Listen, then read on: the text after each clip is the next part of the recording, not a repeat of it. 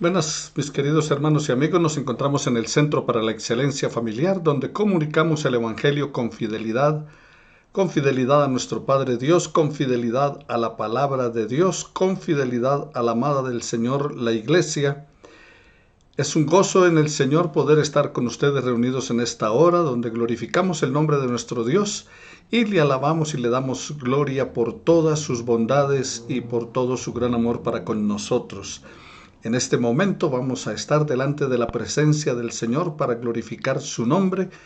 No olvides entrar a santel.info, llamando a tus familiares, amigos, vecinos, conocidos.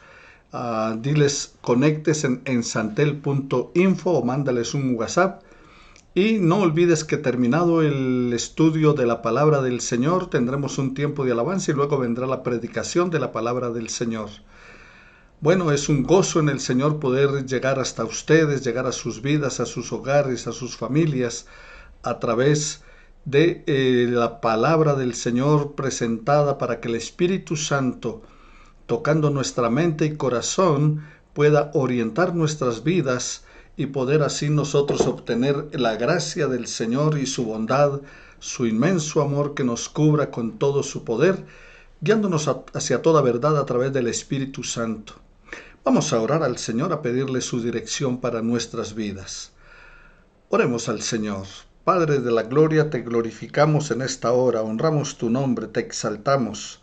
Queremos presentarnos delante de ti, como dijo el Señor Jesús: santificado sea tu nombre. Tú seas santificado, Señor, porque tú eres santo, tú eres bueno, tú eres justo. Para siempre es tu infinita misericordia y por esa razón nosotros te exaltamos, oh Dios, te glorificamos. Te alabo, Padre, te alabo, Hijo, te alabo, Espíritu de Dios. Cuando te alabo, Señor, podemos pensar que tocamos las puertas del cielo. Cuando te alabamos, eterno Padre, nos gozamos, nos regocijamos en ser tus hijos, reconociendo que somos tu pueblo, ovejas de tu prado, y que tú eres nuestro Dios. Ahora, Señor, te imploramos en el nombre de Jesús, que tu mano sanadora y divina pase sobre el cuerpo de nuestros hermanos que se encuentran enfermos, por sus familiares también. Extiende de tu infinita misericordia y gracia sobre ellos. Trae de tu bondad sobre sus vidas, Señor, cobijándolos con tu gran amor y con tu cuidado maravilloso. Amado Señor, nos encontramos ahora delante de ti para pedirte, oh Dios, que toques también, eterno Padre, la economía de nuestros hermanos, que les ayudes a salir adelante en medio de esta situación difícil creada por la pandemia, que los que han perdido sus trabajos, Señor, puedan recuperarlos, encontrar nuevas fuentes de empleo y mejor que la que perdieron, que los que tienen dificultades en sus negocios, Señor, puedan recuperarse y volver a la estabilidad con la bendición que tú les habías dado antes. La postrera sea mejor que la primera, porque tu bendición no se agota. Que podemos decir, eterno Dios, en esta hora, que a quién tenemos en los cielos sino a ti, y que fuera de ti nada deseamos aquí en la tierra. Por eso, Padre, bendice nuestra economía, provee para nuestras necesidades, Señor. Permite, eterno Padre, que vuelva a la normalidad. Sabemos, eterno Señor, que por causa de la maldad del ser humano, por causa de la maldad de muchos en el mundo, vienen, Señor, las consecuencias, el sufrimiento, el dolor, la miseria. Pero apelamos a tu infinita misericordia y a tu bondad para que, por favor, Señor, extiendas de tu gracia sobre nuestros pueblos, sobre nuestras naciones, y quites, eterno Padre, en el nombre de Jesús, esta pandemia, y que todo vuelva a la normalidad, Señor. Pero permite, Padre, que este acontecimiento, que este suceso, Señor, sirva para que te conozcan a ti, el único Dios verdadero, y conozcan a Jesucristo, tu Hijo, quien lo diste en propiciación por nuestros pecados, para salvación nuestra.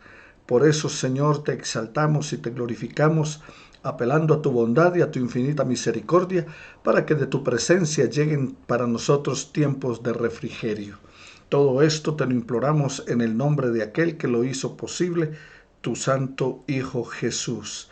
También, eterno Dios, estamos implorando que bendigas nuestra Convención Bautista Colombiana a nivel nacional, que tú seas guardando la vida de los pastores, la vida de las congregaciones, de los hermanos, que todos, Señor, puedan hallar gracia y oportuno socorro de tu amor y de tu misericordia, y que la reunión de Cartagena salga de acuerdo a tu propósito.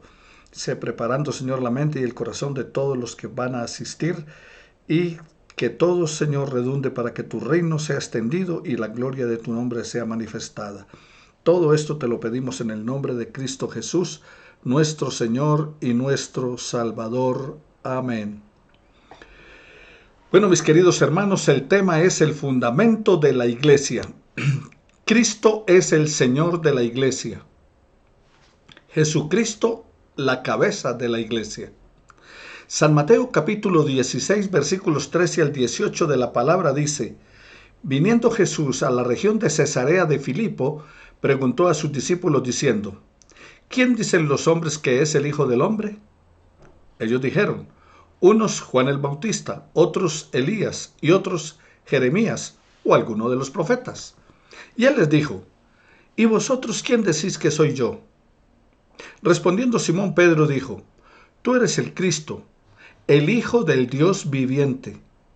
Entonces le respondió Jesús: Bienaventurado eres Simón, hijo de Jonás, porque no te lo reveló carne ni sangre, sino mi Padre que está en los cielos. Y yo también te digo que tú eres Pedro, y sobre esta roca edificaré mi iglesia, y las puertas del Hades no prevalecerán contra ella.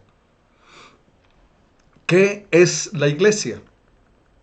Bueno, iniciamos una serie de estudios sobre la iglesia. Este es nuestro segundo estudio sobre la iglesia. Y respondiendo, ¿qué es la iglesia? Si usted no escuchó el estudio anterior, puede buscarlo en YouTube, en nuestro canal Centro para la Excelencia Familiar, o en YouTube Santel TV, y allí lo encontrará como la naturaleza de la iglesia, y así se pondrá al día en el estudio para que no se pierda ninguno de ellos. La pregunta entonces que comenzamos a desarrollar es: ¿qué es la iglesia? Para muchos, la iglesia es simplemente una institución.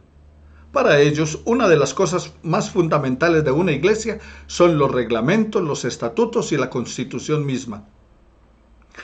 Algunos incluso en la iglesia abogan más por qué dice el estatuto que lo que dice la Biblia. Pero los documentos legales, mis hermanos, de una iglesia son importantes, pero no le dan vida a la iglesia.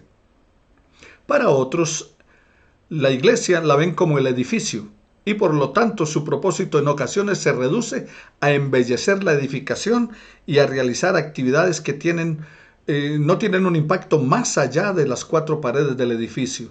Son templocéntricos. La gente es la meta del plan de Dios y no las actividades ni las tareas en sí mismas. El propósito de una iglesia es la gloria de Dios.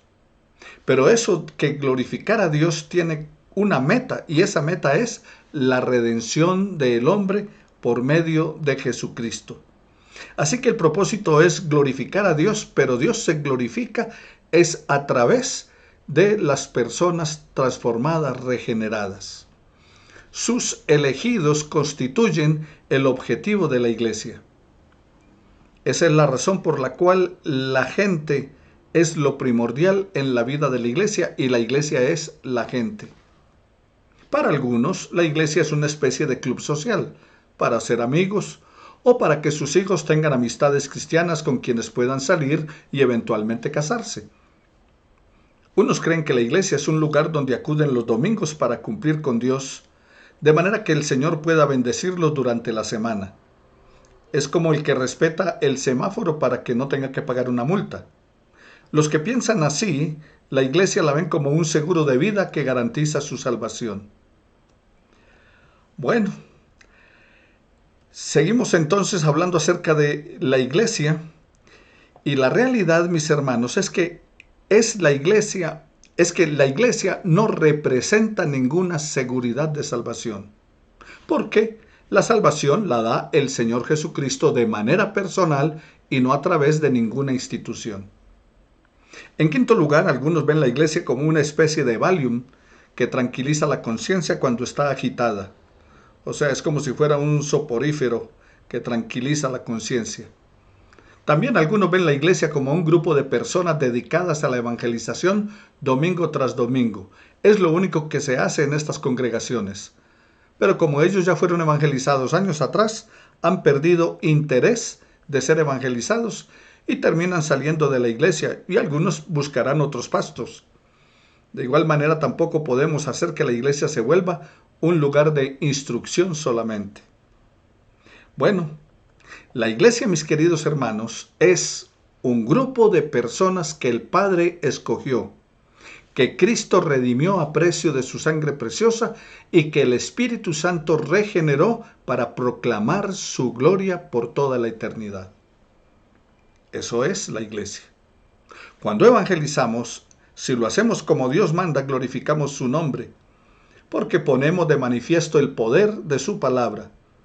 Cuando discipulamos, como nos instruye en su palabra, estamos glorificando su nombre porque contribuimos a formar la imagen de Cristo en otro. Y cuando discipulamos, glorificamos su nombre porque contribuimos a reivindicar su santidad. El apóstol Pablo nos hizo una recomendación a los líderes de las iglesias a través del mensaje a la iglesia de Éfeso. Dijo así: ten cuidado de vosotros y de toda la grey en medio de la cual el Espíritu Santo os ha hecho obispos para pastorear la iglesia de Dios, la cual él compró con su propia sangre. Hechos 20:28. Por lo tanto, mis queridos hermanos y amigos, la iglesia es el grupo de personas reunidas en el nombre de Jesucristo y bajo su soberanía total y absoluta. Porque Cristo es el Señor de la iglesia, Él es la cabeza de la iglesia. El apóstol Pedro dijo de esta manera en cuanto a la iglesia: pero vosotros sois linaje escogido, real sacerdocio, nación santa, pueblo adquirido para posesión de Dios, a fin de que anunciéis las virtudes de aquel que os llamó de las tinieblas a su luz admirable. Primera de Pedro, capítulo 2, versículo 9. Hay 4 aspectos que debemos tener en cuenta sobre la iglesia. Primero, la idea de iglesia no nació en la mente del hombre. No es un invento del hombre como creen algunos, sino que nació en la mente de Dios, el cual llamó a un grupo de personas para sí mismo. El apóstol Pablo lo expresó a Timoteo en su segunda carta, donde menciona que la iglesia fue llamada por Dios. Dice, según su propósito y según la gracia que nos fue dada en Cristo Jesús desde la eternidad. Primera de Timoteo 1:9. La iglesia entonces fue llamada fuera del mundo de las tinieblas a su luz. Primera de Pedro 2:9. La iglesia fue llamada con llamamiento santo. Segunda de Timoteo 2:9. Y la iglesia fue llamada a la libertad de la esclavitud del pecado. Gálatas 5:13. El segundo aspecto que debemos tener en cuenta es la iglesia, o sea, los creyentes, debe mantenerse alejada de aquel lugar de donde fue sacada si quiere honrar a su Redentor. Nos sacó de las tinieblas a su luz admirable, recuérdenlo. La iglesia, entonces, que no ha querido apartarse, o las iglesias que no han querido apartarse, no son realmente iglesias. Y las que han regresado al mundo, entonces dejaron de ser iglesias, como está en Apocalipsis 3:1.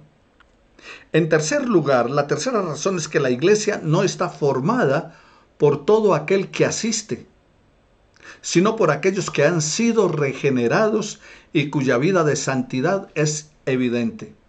Algunos creen que por asistir a la iglesia, entonces son iglesia, que por asistir a un templo, reunirse, cantar, adorar, glorificar, ofrendar, entonces son iglesia. No, la iglesia no está formada por los que asisten, sino por aquellos que han sido regenerados y cuya vida de santidad se hace evidente. Ni siquiera está formada por aquellos que dijeron o llamaron a Jesús Señor, Señor, o que en su nombre realizaron obras extraordinarias. En tu nombre echamos fuera demonios, en tu nombre hicimos milagros, ni los demonios se nos resistían. Y el Señor dijo, nunca os conocí. Y estaban en la iglesia y estaban haciendo milagros. Mateo capítulo 7, versículo 21 al 23 y Lucas capítulo 6, versículo 46. En la catedral de Lübeck, en Alemania aparece una inscripción que tiene el siguiente título: El lamento de Cristo contra el mundo ingrato. Y dice así: me llamas Señor y no me obedeces. Me llamas luz y no me ves. Me llamas camino y no me caminas. Me llamas tu vida y no me vives. Me llamas sabio y no me sigues. Me llamas justo y no me amas. Me llamas rico y no me pides. Me llamas eterno y no me buscas. Si te condeno, no me culpes. Interesante ese letrero, ¿no? Que está allí en esa catedral. Y la razón número 4, la iglesia está formada por individuos que viven bajo el señorío de Cristo. Recuerda, mi querido hermano, que una cosa es llamarle Señor y otra es vivir su señorío. Una cosa es decir que soy templo del Espíritu Santo y otra muy diferente es vivir en santidad, reconociendo que soy su templo. Una cosa es leer la palabra y otra muy diferente es vivirla. Alguien dijo: muchos son los cristianos que marcan sus Biblias, pero pocos son los que se dejan marcar por ella. La iglesia, mis hermanos, está congregada en torno a Cristo, que la gobierna por los diferentes ministerios que el Espíritu Santo da a quienes son puestos para ejercer autoridad y para proclamar el Evangelio. Mateo capítulo 28, versículos 18 al 20, dice la palabra del Señor: toda potestad me es dada en el cielo y en la tierra, por tanto, id y haced discípulos a todas las naciones, bautizándolos en el nombre del Padre, del Hijo y del Espíritu Santo, y enseñándoles que guarden todo lo que les he mandado. Y también puedes reforzar esto con Hechos 2:14, o sea que la iglesia proclama el Evangelio en Efesios capítulo 4, versículos 11 al 13, donde este misterio debe ser dado a conocer a través de la iglesia. La predicación del reino de Dios, mis hermanos, es responsabilidad de todos los creyentes, o sea, es tu responsabilidad y mi responsabilidad. Y el cuerpo de la iglesia tiene la obligación de exponer esa verdad. Mateo capítulo 15, versículo 28 y Primera de Corintios capítulo 6, versículo 16. También la iglesia tiene la responsabilidad de discipular a los errados. Mateo capítulo 18, versículos 15 al 18 y Primera de Corintios capítulo 6, versículo 16. Y también la iglesia tiene la obligación de celebrar las ordenanzas. ¿Y cuáles son esas ordenanzas? Bautismo y cena del Señor. Hechos capítulo 2, versículos 41 al 47 y Primera de Corintios capítulo 11, versículos 17 al 34 de la palabra del Señor. Entonces se está hablando allí en Hechos 2:41 que los que creyeron fueron bautizados y se añadieron aquel día como 3,000 personas. Y Primera de Corintios capítulo 11 del 17 al 34 nos habla de la cena del Señor. O sea, las dos ordenanzas que debe practicar la iglesia. En respuesta, mis queridos hermanos, a la confesión de fe del apóstol Pedro, cuando dijo: tú eres el Cristo, el Hijo del Dios viviente, Cristo prometió establecer su iglesia. Mateo capítulo 16, versículo 18. La cual es ante todo la congregación de los creyentes fieles. Ahora, una aclaración allí. Cuando Pedro le dice: tú eres el Cristo, el Hijo del Dios viviente, y Jesús le dijo: tú eres Pedro, Simón, hijo de Jonás, y tú serás llamado Pedro, y sobre esta roca edificaré mi iglesia. No sobre Pedro como roca. El Jesús se refería a sí mismo, o sea, sobre él. Es como si se hubiera señalado él: sobre esta roca edificaré mi iglesia. ¿Por qué? Porque la roca sólida sobre la cual se edifica la iglesia es Cristo, porque Cristo es sin defecto, sin mancha, no pecó, mientras que el hombre, Pedro mismo, pecó varias veces. Negó al Señor, era impulsivo, era agresivo, le cortó la oreja a Malco con una espada. Así que, mis queridos hermanos, Pedro no era la roca sobre la cual iba a fundar Jesucristo. Pedro mismo dice después en sus cartas que la roca es Cristo y nosotros somos piedritas. Bueno, entonces mis queridos hermanos, la iglesia entonces es la congregación de los creyentes fieles, los que creyeron o los creyentes. Son expresiones sinónimas que se refieren a la comunidad. Hechos 2:41, Hechos 8:12 y 36, Romanos capítulo 6, versículo 4 y 1 Corintios 12:13. Jesucristo, mis amados hermanos, es la cabeza de la iglesia. Toda la eclesiología descansa sobre esta verdad básica. Sin Cristo no hay iglesia. No hay otro fundamento sobre el cual la iglesia pueda ser construida. 1 Corintios 3:11. Por esas razones que Pedro no puede ser la roca, no puede ser el fundamento, porque no hay otro fundamento sobre el cual la iglesia pueda ser construida sino Cristo. Por ende, la doctrina de la iglesia, o sea, lo que tiene que ver con la eclesiología, es inseparable de la doctrina de Cristo, la cristología. Solo hay una iglesia. Por eso somos cristianos, seguidores de Cristo. La iglesia cristiana es seguidora de Cristo, no es petrista, o sea, de Pedro. Estoy hablando de el político Petro. Por ende, mis hermanos, entonces, ¿qué estamos hablando? Que solo hay una iglesia, en tanto y cuanto Jesús de Nazaret es aceptado y reconocido como el Cristo de Dios. La autoridad de la iglesia se deriva únicamente de Cristo. La obra de la iglesia es la obra de Cristo. El evangelio de la iglesia es el evangelio de Cristo. Él es la medida con la cual la iglesia se juzga a sí mismo y con la que Dios la juzga. La iglesia es cristiana solo si Cristo mismo es la fuente y la meta del ministerio y la enseñanza de la iglesia. Todo lo que la iglesia hace se basa en la actividad de Dios en Cristo Jesús. Como dice Juan 1:18, a Dios nadie le vio jamás, el unigénito que está en el seno del Padre, Él le ha dado a conocer, refiriéndose a Jesucristo.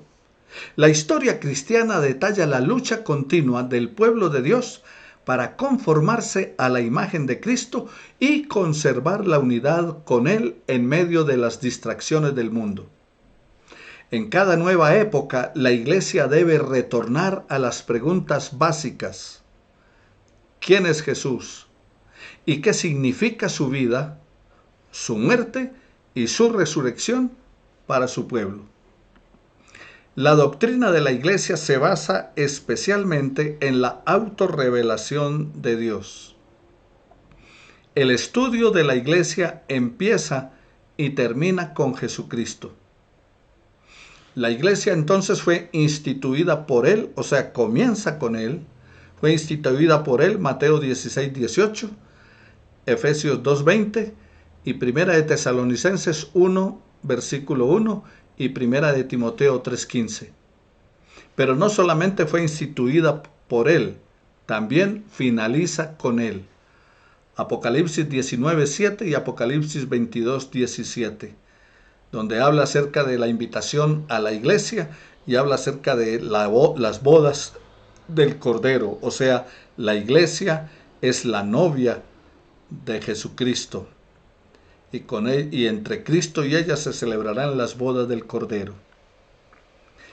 La iglesia, mis hermanos, podemos encontrarla en una fe histórica, una comunidad anterior a Jesús. Decir que la iglesia está fundada sobre Jesucristo significa que el cristianismo es una fe histórica. Los primeros cristianos creían ser una comunidad enraizada no en una especulación abstracta, sino en un evento histórico, la encarnación. Jesús no fue una invención de la imaginación de la iglesia, sino una presencia divina que se hizo carne y penetra la historia de la humanidad. El apóstol Pablo escribió que cuando vino el cumplimiento del tiempo, Dios envió a su Hijo nacido de mujer y nacido bajo la ley. Gálatas 4:4. Los cristianos creen que la historia de la humanidad es el escenario de la actividad de Dios a través de la encarnación de Jesucristo. El Señor de la historia penetró en la historia misma. Por lo tanto, la iglesia es una comunidad con pasado. La iglesia que se reunió alrededor de Jesús de Nazaret era heredera de la promesa que Dios había hecho a los israelitas. Hebreos capítulo 1, versículo 1 dice: Dios, habiendo hablado muchas veces y de muchas maneras en otro tiempo a los padres por los profetas, en estos postreros días nos ha hablado por el Hijo, a quien constituyó heredero de todo y por quien asimismo hizo el universo. A pesar de ser verdaderamente una nueva creación, la iglesia tenía un pasado. Una comunidad de fieles existió mucho tiempo antes de que Jesús apareciera en la historia. Desde sus principios, la iglesia se ha visto como parte del continuo drama histórico de la autorrevelación de Dios, que va desde Abraham, pasando por Moisés, siguiendo por los profetas, hasta Jesús y la iglesia cristiana, como la iglesia buscó su herencia en Israel. Entonces desarrolla una comprensión de la historia. Tanto el judaísmo como el cristianismo perciben la historia, no como un ciclo sin fin y sin significado, sino como algo que es continuo, una línea comenzada por Dios que se mueve hacia un fin misterioso, pero con un propósito. Aunque Dios es trascendente, es decir, está más allá de la historia, también es inmanente, revelándose en el curso de los eventos humanos. El autor de la historia escogió intervenir en la historia.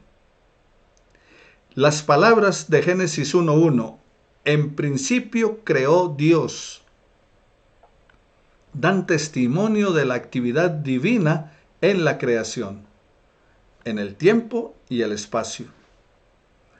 En el pacto de Abraham, la liberación de Egipto, el otorgamiento de la ley en el Sinaí y otros eventos históricos, los hebreos trazaban la intervención directa de Dios en la historia. Generación tras generación recordaban a Egipto, al Mar Rojo, Sinaí y Canaán.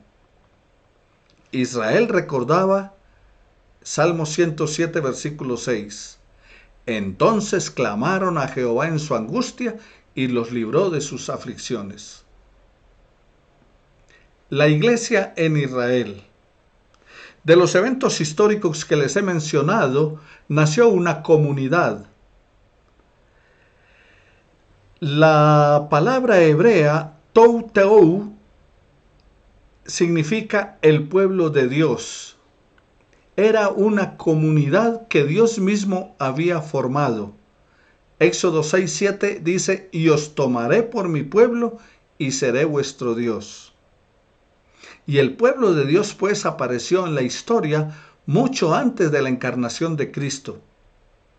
Israel era más que una nación, era una comunidad de fe. La historia de Israel detalla la lucha del pueblo de Dios para comprender y llevar a cabo su vocación. Para los primeros cristianos, queridos hermanos, la comunidad comenzó con Israel. Había sido radicalmente expandida en la iglesia.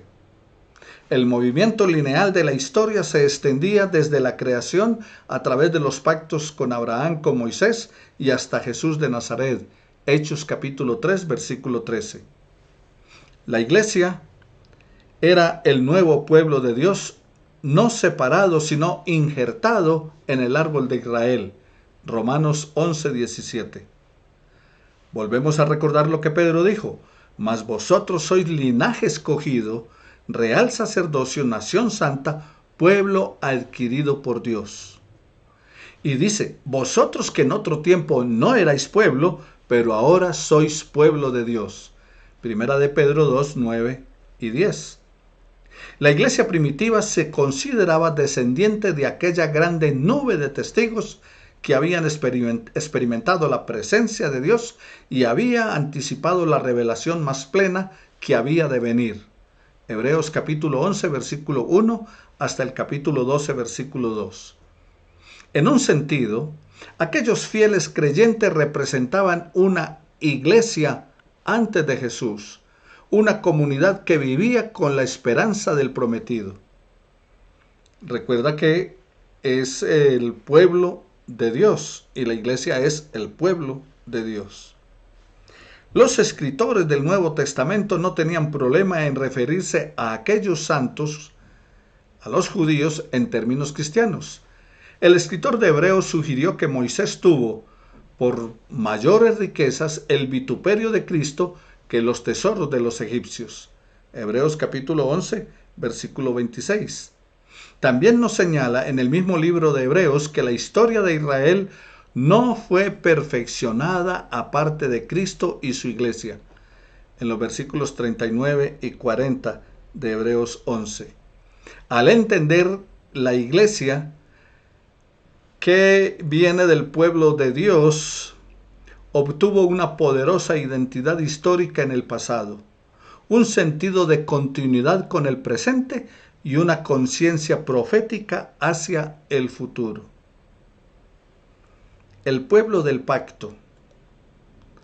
Cuando hablamos del pacto, también Israel como iglesia primitiva insistieron en que la acción de Dios en la historia no era casual ni arbitraria, sino que era relevante y tenía un propósito. Dios no se involucró por casualidad en los asuntos humanos, sino que interviene en la vida de los individuos a través de la historia. Él se reveló a sí mismo a los seres humanos y buscó relacionarse con ellos. Una importante señal de aquella relación era el pacto. Un pacto es simplemente un acuerdo, un contrato por medio del cual, una alianza, por medio de la cual dos grupos o partes acceden a relacionarse. El pacto se fundó sobre eventos históricos, la promesa de Abraham, la liberación de Egipto y la entrega de la ley en Sinaí. Era un pacto que requería una respuesta fiel del pueblo de Dios. Al mismo tiempo, era un pacto que revelaba la gracia de Dios. Dios eligió un pueblo no por su fidelidad, sino por su amor. O sea que no era por la fidelidad del pueblo, sino por el amor de Dios. El pacto fue dado, dice la palabra, por cuanto Jehová os amó y quiso guardar el juramento que juró a vuestros padres, os ha sacado Jehová con mano poderosa y os ha rescatado de servidumbre. Deuteronomio 7:8. La iglesia y el pacto, porque estamos hablando del pacto con ese pueblo de Israel, pacto del Antiguo Testamento que comienza desde Abraham antes de ser pueblo de Israel. Porque Abraham no era pueblo de Israel. El pueblo de Israel se forma a partir de los hijos de Abraham y los nietos. Al igual que Israel, los primeros cristianos se consideraron el pueblo del pacto de Dios. Los escritores del Nuevo Testamento vieron a la iglesia como heredera del pacto de Abraham y como cumplimiento del nuevo pacto anticipado por el profeta Jeremías, en el cual Dios pondría su ley en su corazón. Jeremías 31, versículos 31 al 34. Por eso Pablo, el apóstol, escribió: nuestra competencia proviene de Dios, que nos ha capacitado para ser ministros de un nuevo pacto, no escrito, sino en el Espíritu. Segunda de Corintios capítulo 3, versículos 5 y 6. Así como los pactos de Abraham y Moisés trajeron nueva vida a Israel, también el pacto en Cristo trajo nueva vida al mundo entero. A través de la muerte y la resurrección de Cristo, el pacto fue renovado y transformado. Cristo, mediador de un nuevo pacto, Hebreos 9:15. Como también el cumplimiento del antiguo pacto es Cristo, Gálatas capítulo 3, versículos 23 al 29 de la palabra del Señor. Bueno, mis amados hermanos, entonces hasta aquí el estudio del día de hoy. Continuaremos hablando acerca de lo que es la iglesia.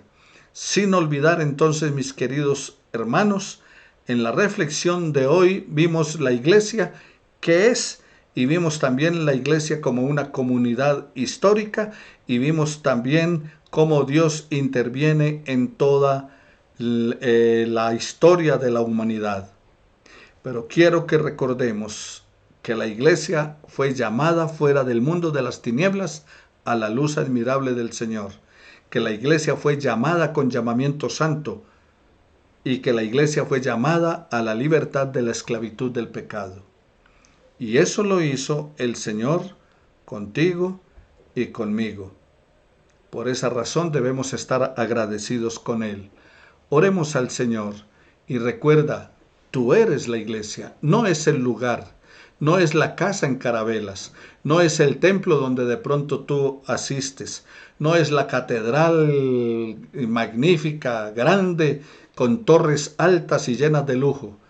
La iglesia por la que Cristo murió son las personas, ustedes y yo. Somos la iglesia, junto con otros que en Bogotá, Colombia y el mundo han rendido su vida a Jesucristo como Señor y Salvador, recibiéndolo como tal, como Salvador y Señor de sus vidas.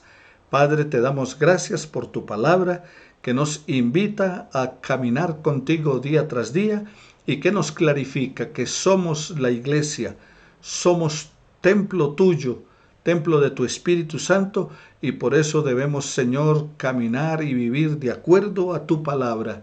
Señor, produce tu santidad en nuestras vidas.